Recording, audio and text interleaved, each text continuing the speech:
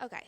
This project's kind of similar to the one that I talked to some of you about earlier, but it's a kind of a different design element for me because I'm focusing on my anatomy class.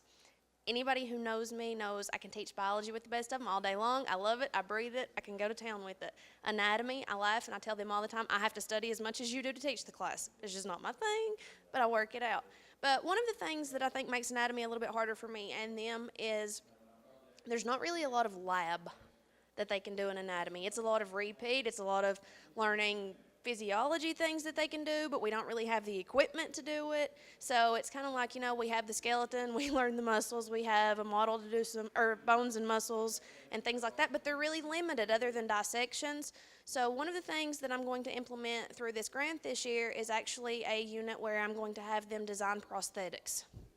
Kind of came to me with the idea because we have a student who has a disability at our school right now that I wasn't even aware of, but he's missing his left hand. And I was like, okay, well, I can kind of tinker with that, play with that, and actually get my kids involved.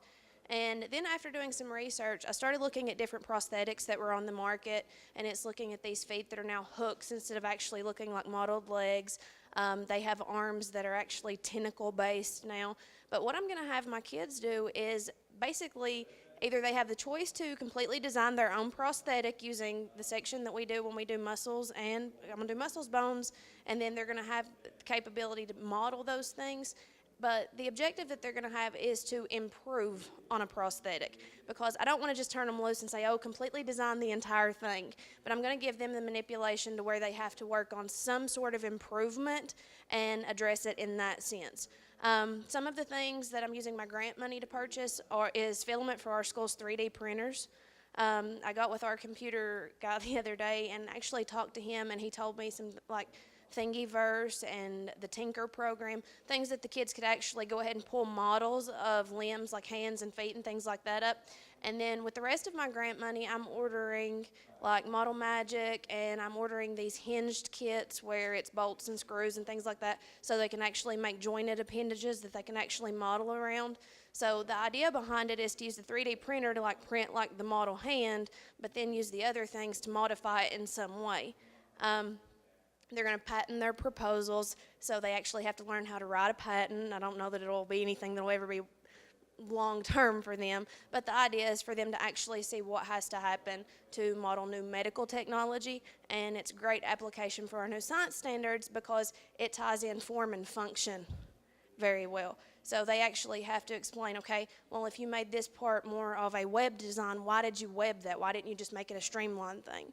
So they actually have to address the biology and life science behind it too. Any questions?